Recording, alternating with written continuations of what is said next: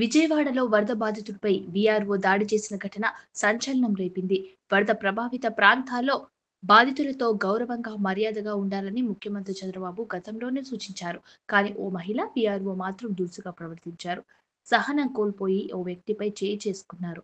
ఈ ఘటనపై ప్రభుత్వం సీరియస్ గా స్పందించింది. జిల్లా కలెక్టర్ వెంటనే స్పందించి ఆమెకు షోకాజ్ జారీ చేశారు.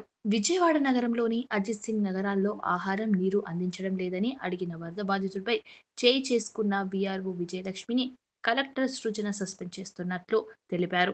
వరదల్లో సర్వస్వం కోల్పోయిన బాధితులకు అన్ని రకాలుగా అండగా ఉండాలని, వారు కోపంలోనే, అసహనంతోనే ఓ మాట అన్నప్పటికీ అధికారులు ఓపిక పట్టాలని సీఎం చంద్రబాబు నాయుడు అధికారులను ఆదేశించారు. అయినప్పటికీ సీఎం ఆదేశాలు బేఖాతరు చేస్తూ కొంతమంది అధికారులు బాధితుల పట్ల బాధ్యతారాహిత్యంగా ప్రవర్తిస్తున్నారు. వారితో కఠినంగా మాట్లాడుతున్నారు. అలాంటి అధికారులపై ప్రభుత్వం కొరడా జులిపిస్తోంది. ఈ నేపథ్యంలోనే సింగ్ నగర్లో వరద బాధితులపై ఆ కారణంగా చేయి చేసుకున్న వీఆర్ఓను విధుల నుండి తొలగిస్తున్నట్లు కృష్ణా జిల్లా కలెక్టర్ సృజన ఉత్తర్వులు జారీ చేశారు. మరోసారి అధికారులు ఇలాంటి చర్యలకు పాల్పడితే ఊరుకునేది లేదని, కఠిన చర్యలు తీసుకుంటామని కలెక్టర్ ఆగ్రహం వ్యక్తం చేశారు.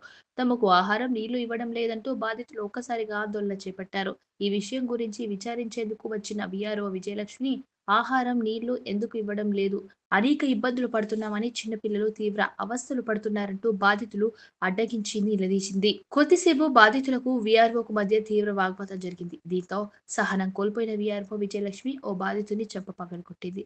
దీంతో అక్కడ ఉద్రిక్త వాతావరణం నెలకొనడంతో పోలీసులు వీఆర్ఓను అక్కడి నుండి దూరంగా పంపించి వేశారు.